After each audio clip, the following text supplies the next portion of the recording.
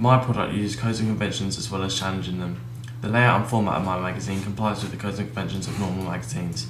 The layout of my magazine complies with the current magazines because I have used the C motion. I researched this motion and found that a leading music magazine uses the same for its front cover, which is the same genre as mine. The masthead is at the top of the magazine and the anchoring image has direct mode of address. This means that my magazine complies with codes and conventions.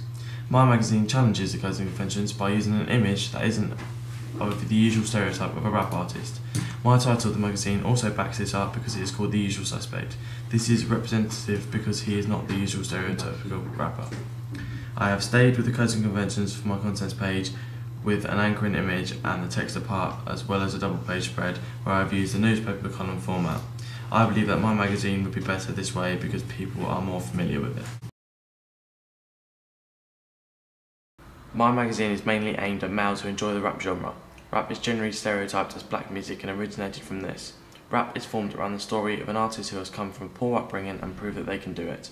You can see this by the lyrics the artist use, and a perfect example of this stereotype is Jay-Z, who raps about his hometown and where he comes from.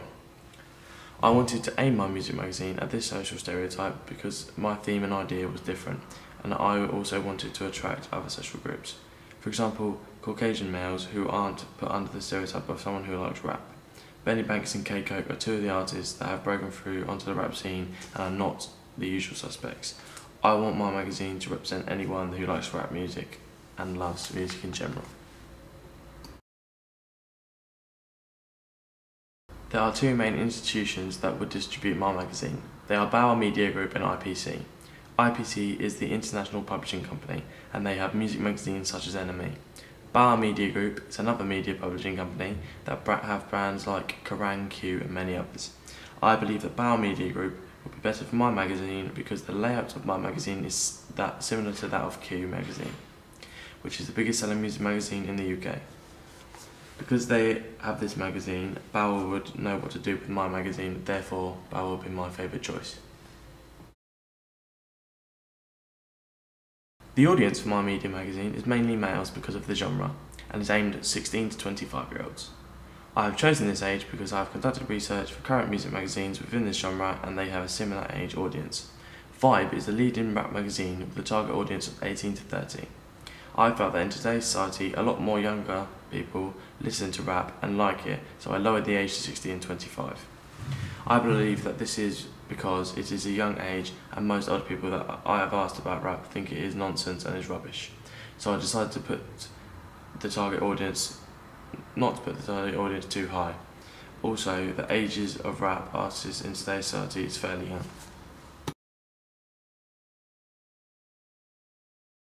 When creating a magazine, the title of the magazine has to stand out on the shelf, otherwise it will not attract attention and therefore nobody would buy it. Where I have placed the title, I have put a logo next to the masthead because the title has bright red in it and it is to attract the eye of a passerby. I also added a small lure above the masthead because I wanted extra attention. It reads, "Music's #1 magazine," which states that my magazine is good and the best you can buy.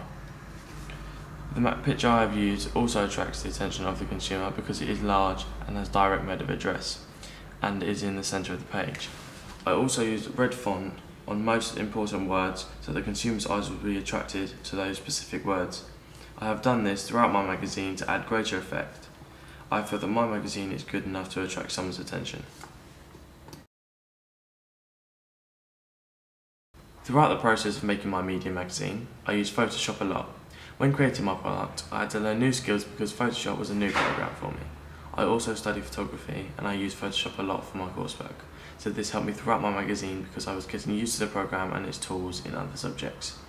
I feel that if I didn't learn these skills in another subject, my magazine wouldn't have been as good. Blogger is another technology that I was unfamiliar with and that I used a lot. Because my work had to be posted onto Blogger, I was regularly using the software and I became familiar with it and all of its functions. By the end of the process, I was very capable of using Blogger.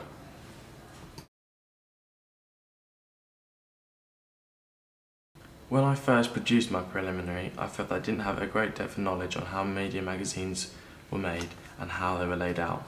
By doing some key research on magazines like Vibe and Q magazine, it gave me a great understanding of what I needed to do. I feel that my skills of using software, e.g. Photoshop and Blogger, have grown because I didn't know how to work them very well before. Every time I look at my final product through the editing stage, I felt that there was always something I could change to make it stand out more or look better. I didn't over-edit my media magazine because if I did, then it wouldn't look like a current media magazine. Consumers look for headlines and the lures as well as an anchoring image, so I wanted to give the same effect off, so it was more familiar with people. I've learnt new vocabulary and terms that I can use to describe my products, and the overall knowledge of media and its functions and its products have increased greatly.